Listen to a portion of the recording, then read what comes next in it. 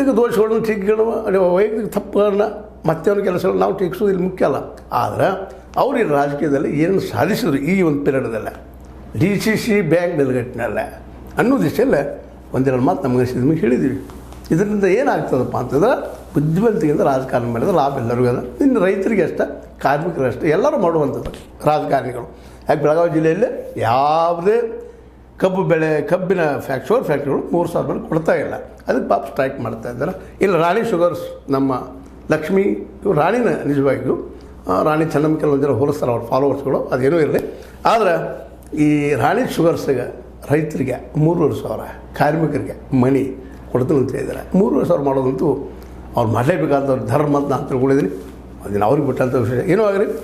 ಇಂದಿನ ರಾಜಕೀಯದಲ್ಲೇ ಬೆಳಗಾವಿ ಜಿಲ್ಲೆಯಲ್ಲೇ ಸ್ವಲ್ಪ ಉಳಿದ ಎಲ್ಲ ರಾಜಕಾರಣಿಗಳಿಂದಲೂ ಒಂದು ಏನಪ್ಪ ಸೌಮ್ಯವಾಗಿ, ನಾಗರಿಕವಾಗಿ, ಸಿವಿಕ್ ಅಂತ ಕರಿತೀವಿ ನಾವು, ಎಲ್ಲ ದೃಷ್ಟಿಕೊಂಡು ತಾವು ತಮ್ಮ ಬೇಕಾದ ಕೆಲಸಗಳನ್ನು ಸಾಧಿಸಿಕೊಂಡಿದ್ದಾರೆ.